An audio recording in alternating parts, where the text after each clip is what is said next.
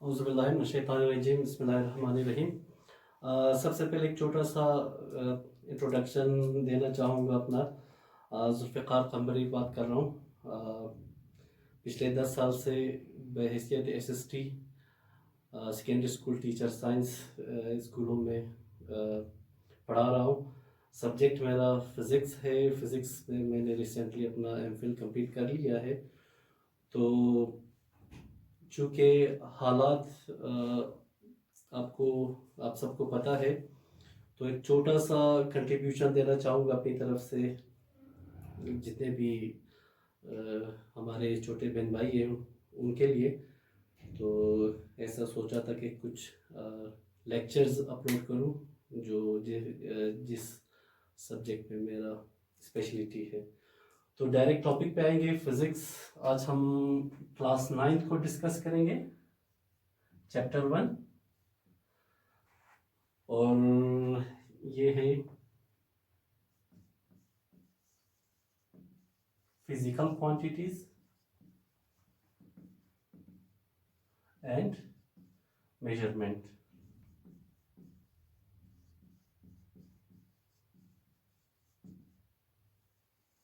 Physical quantities and measurement, first chapter, class 9।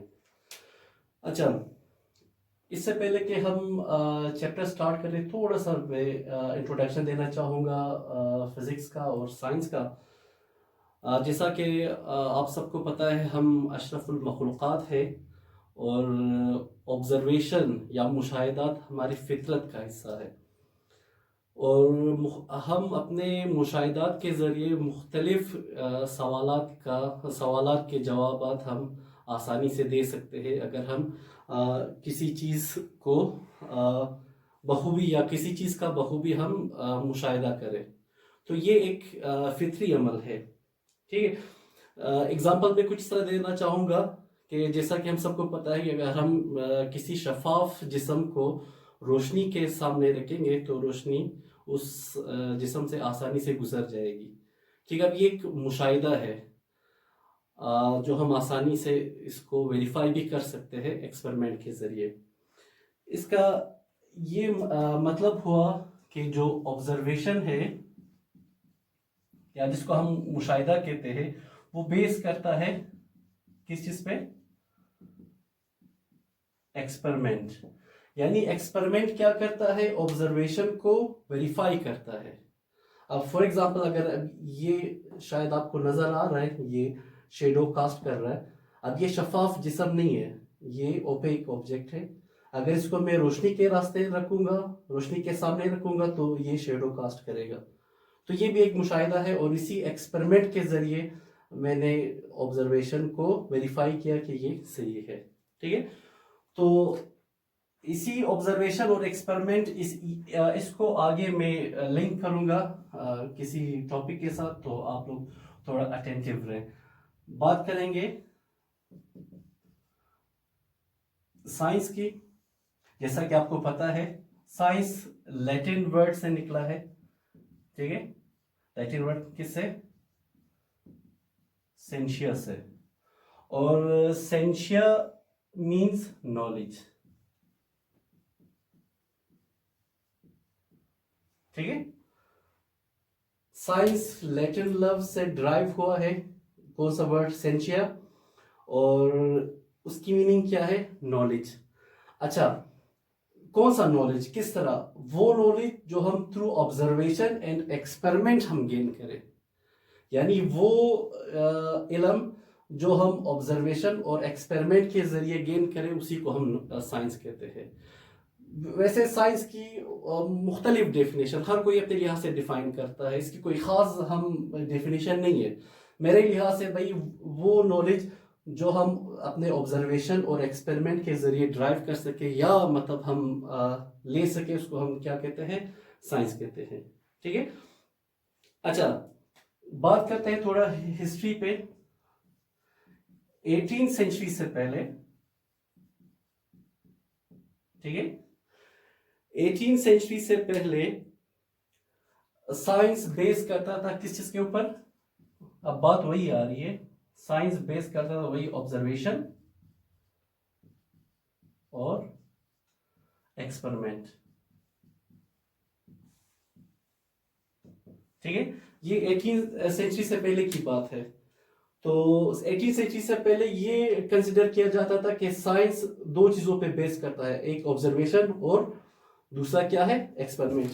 अच्छा, ये जो ऑब्जर्वेशन है, ये कौन सा ऑब्जर्वेशन, जो हम कहेंगे भाई, जो हम अपने जो 5 हमारे पास सेंसेस है,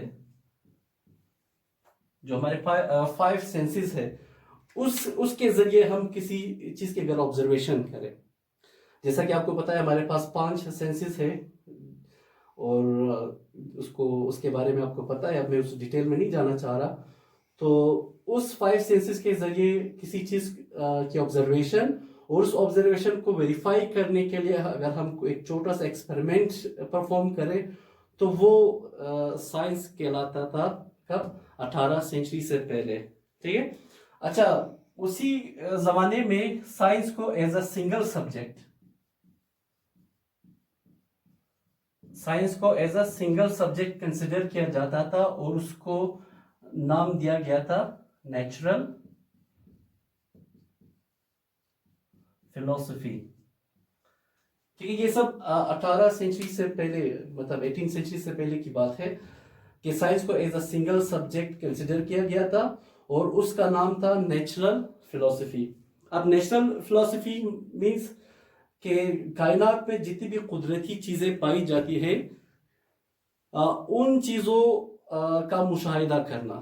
ठीक, जिस तरह लाइट है, या मतलब कोई प्लांट है, उसका आप मुशाहिदा करो, या उसका जो फिलोसफी है उसको उसके बारे में स्टडी करो, तो वो एक मतलब एक सिंगल सब्जेक्ट पे बेस होता था, जिसको साइंस कहा जाता था। ठीक है, अब बात करते हैं आफ्टर 18 सेंचुरी। अगर मैं इसको रिमूव करूं, अब ये 18 सेंचुरी के बाद का जो पीरियड है, ठीक है,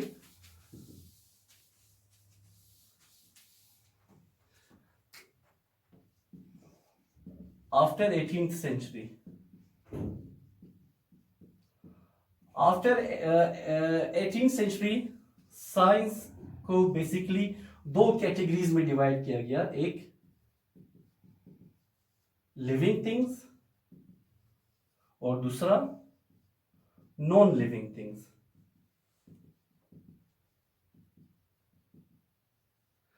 लिविंग थिंग्स को फर्दर कहा गया कि भाई ये दरअसल क्या है, बायोलॉजिकल साइंस है, और नॉन लिविंग थिंग्स को कहा गया कि भाई ये दरअसल क्या है, फिजिकल साइंस है। ठीक है, तो एक दफा फिर मैं रिपीट करना चाहूंगा कि 18 सेंचुरी से पहले साइंस को as a single subject consider किया जा रहा था, जिसको नेचुरल फिलोसफी का नाम दिया गया। 18 सेंचुरी के बाद साइंस को मजीद 2 ब्रांचेस में डिवाइड किया गया, या 2 कैटेगरी में डिवाइड किया गया। एक को बायोलॉजिकल साइंस या लिविंग थिंग्स, और दूसरे को नॉन लिविंग थिंग्स या फिजिकल साइंसेस कहा गया। फिर 19th सेंचुरी में, अब ये जो हो रहा है ये 19th सेंचुरी में, 19th सेंचुरी में फिजिकल साइंसेस को और करेक्टराइज किया गया, जिसमें